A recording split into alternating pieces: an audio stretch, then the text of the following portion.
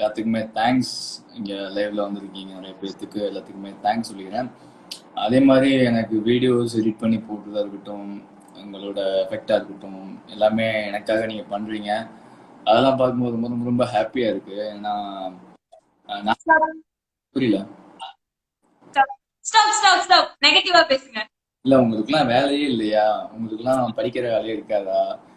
இல்லை கேட்குறேன், உங்கள் வீட்டில் திட்ட மாட்டாங்களா? நாளை பின்ன நீங்கள் ஃபெயில் ஆகிட்டீங்கன்னா அப்புறம் உங்கள் வீட்டில் நான் தான் திட்டு வாங்கணும்.